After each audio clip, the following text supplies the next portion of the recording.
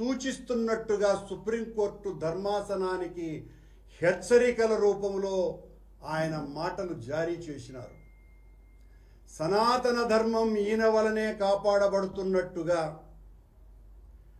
కొత్తగా కళ్ళు తాగినటువంటి కోతి ఏ రకంగా ఎగురుతుందో సనాతన ధర్మాన్ని గురించి పవనస్వాములు మాట్లాడేటువంటి మాట ఆ రకంగా ఉంది తప్ప మరొక రకంగా లేదు. నీ జీవిత కాలంలో ఏనాడు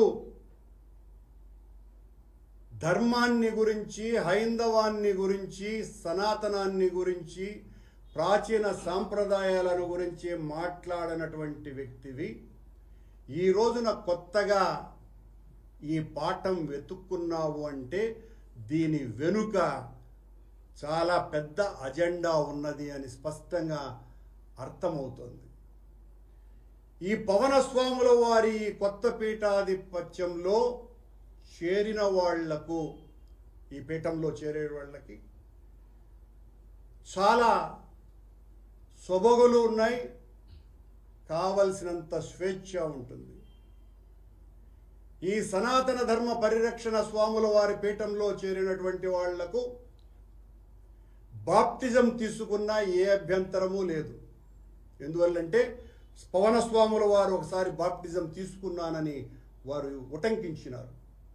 అలాగే గొడ్డు మాంసం తప్పదనుకున్నప్పుడు ఆయన స్వీకరించి ముందుకే వెళతారు. కాబట్టి ఈ పీఠంలో చేరినటువంటి వాళ్లకు, ఈ సనాతన ధర్మ పీఠంలో గొడ్డు మాంసము నిషేధము కాదు. అలాగే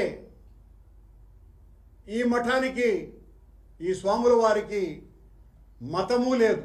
ఆయనే చెప్పినారు, నాకు మతం లేదు అని. ఇలా పూటకొక్క మాట మాట్లాడినటువంటి పవనస్వాముల వారు ఈ రోజున సనాతన ధర్మానికి నడుములు బిగించి ఈరోజు ఆయన చేసినటువంటి అనుగ్రహ భాషణ ఆశ్చర్యం కంటే కూడా మతి చిలింపజేసేటువంటి భాషణ ఆయనది.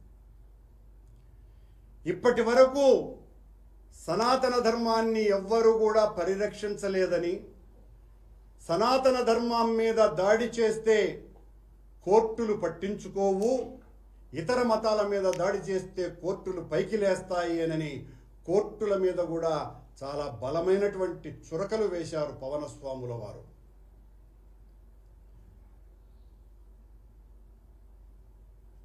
సనాతన ధర్మం గురించి ఓనమాలు కూడా తెలియనటువంటి వ్యక్తి ఈ రోజున ఆదిశంకరాచార్యుల తరువాత, ఆదిశంకరాచార్యుల వారు చతుర పీఠాలు పెట్టిన తరువాత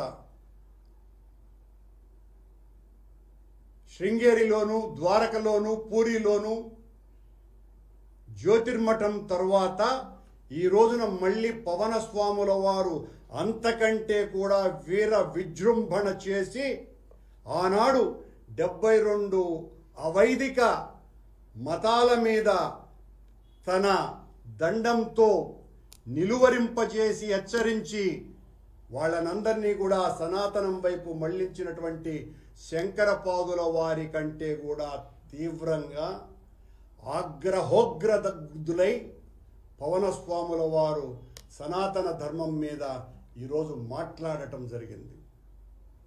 ఈ రోజున పవనస్వాముల వారు శ్రీ వైష్ణవ ప్రచారం చేసినటువంటి 12 మంది ఆళ్వారుల కంటే కూడా మరింతగా 13వ ఆళ్వారులాగా అవతరించినట్టుగా మాట్లాడుతున్నారు.